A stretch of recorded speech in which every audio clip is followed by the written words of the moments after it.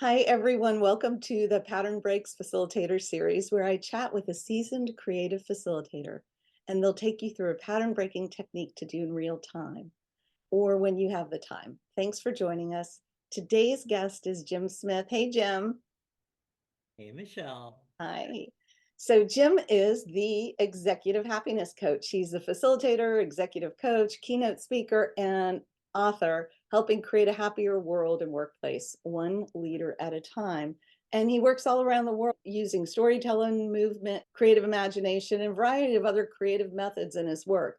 His holistic style engages three domains of intelligence: intellectual, emotional, and physical. He facilitates creative thinking, leadership presence, positive emotions, large scale organizational change, and more. He's also written 4 books about happiness and leadership, including Happiness at the Speed of Life, 13 Powerful Strategies for Finding Happiness at Home and on the Job. Jim really lives his positive message creatively. I can definitely attest to that. I first met Jim at the Creative Problem Solving Institute 20 years ago when we were both in a facilitation for the arts course.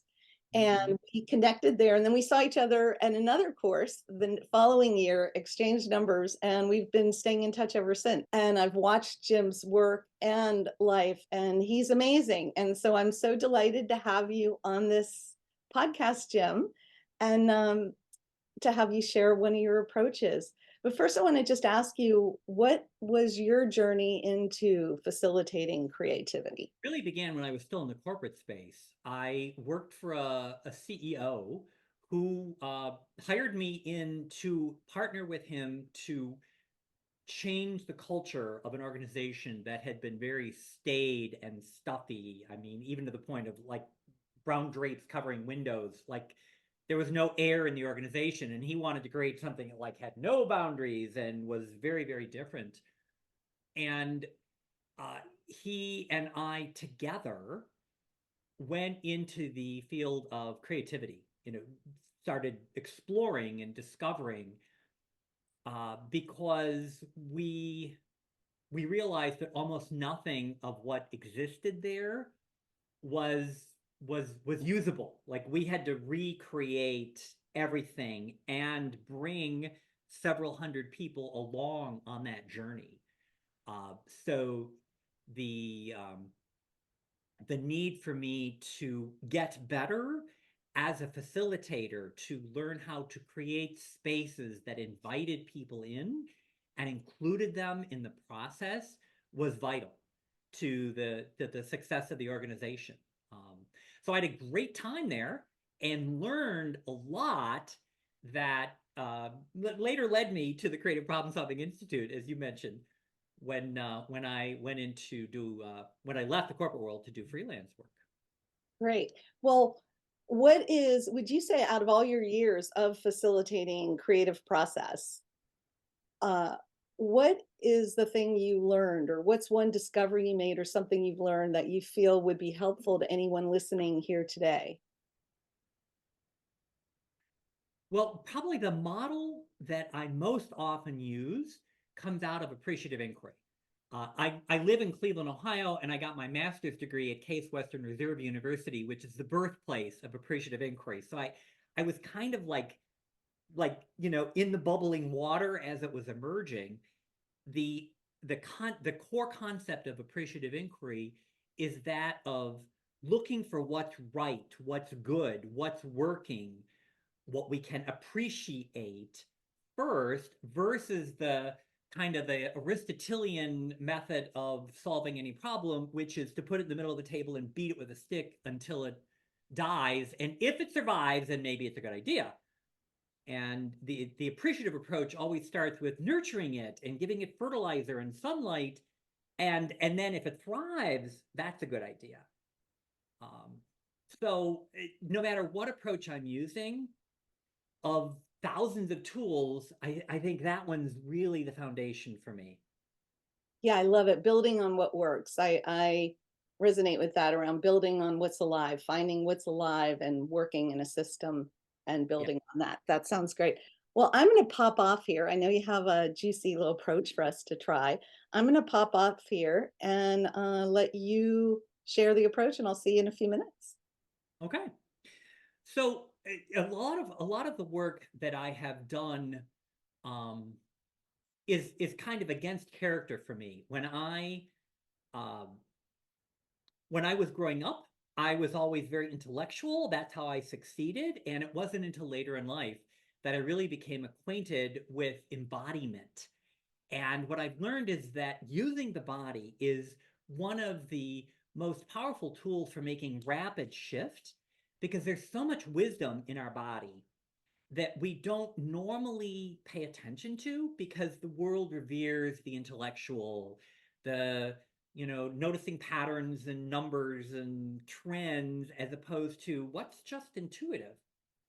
So the activity that I'm going to invite you into is around noticing your approach to the world.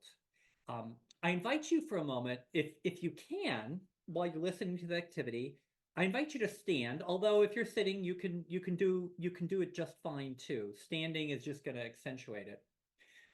So I invite you to imagine that there is a plus sign in the air here. Okay.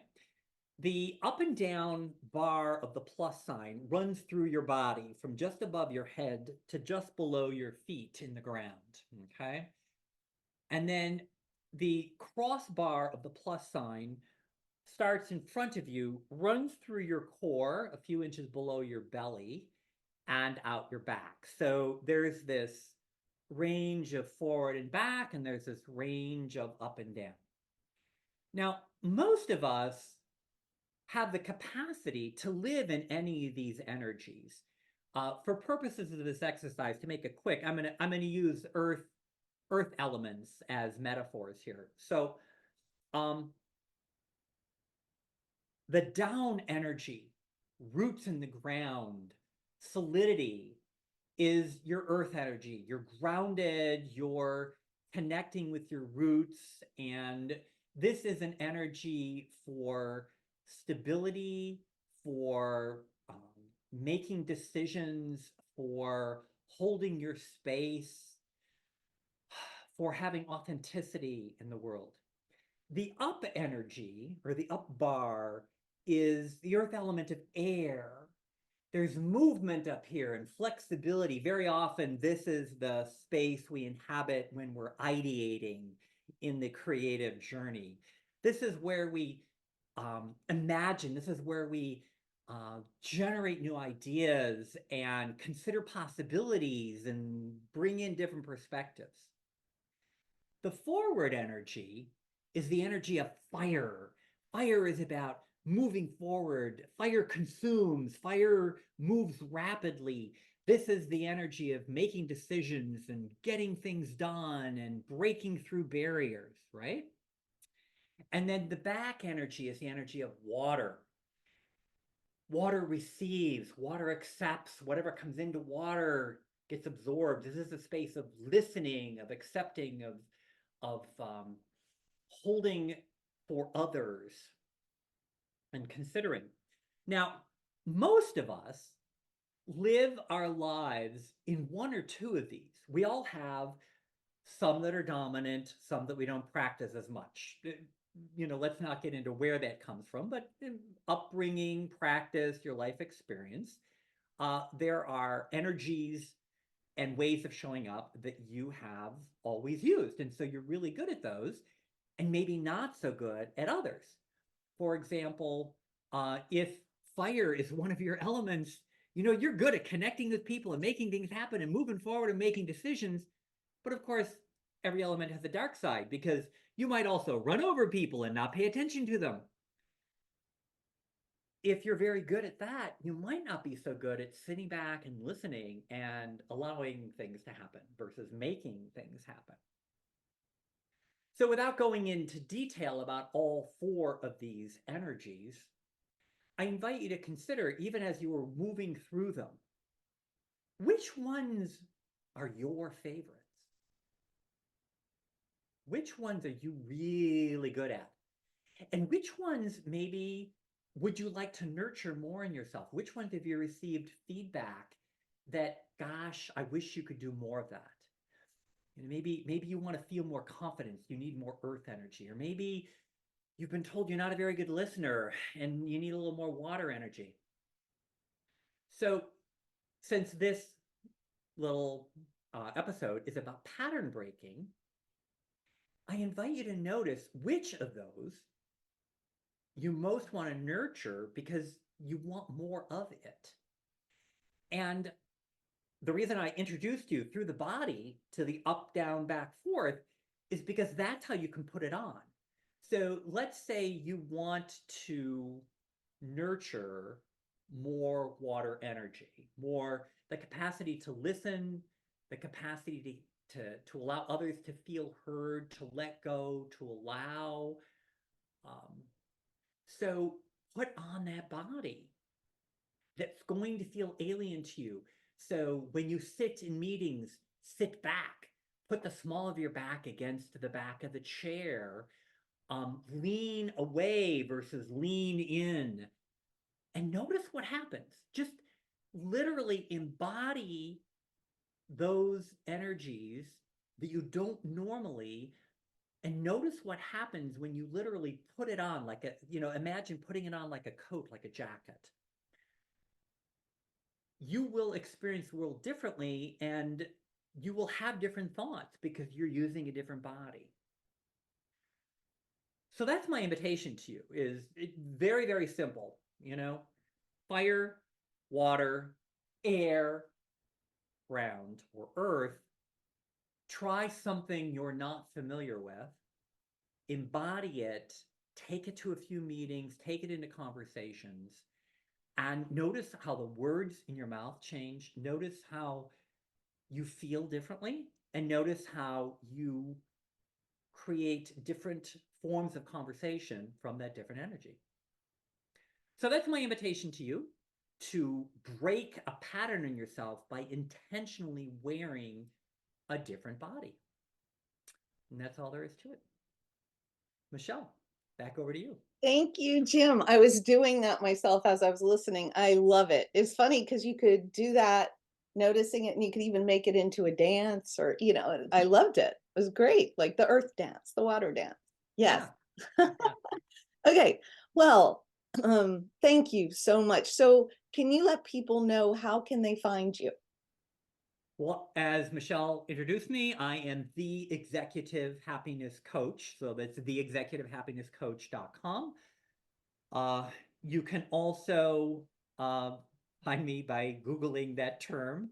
I show up with that identity, the Executive Happiness Coach, on LinkedIn, Facebook, Instagram. Um, so I invite you to connect with me on whatever platform works for you. In the social media space, I regularly post things about leadership coaching and happiness to inspire you in your daily life. And perhaps we'll have a conversation in the future.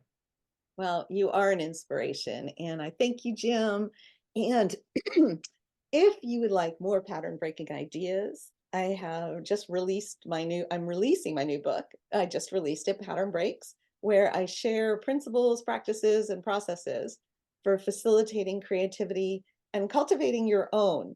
So not only are you facilitating creative practices, you're feeling more confident in yourself as a facilitator of creative process and as a creative person.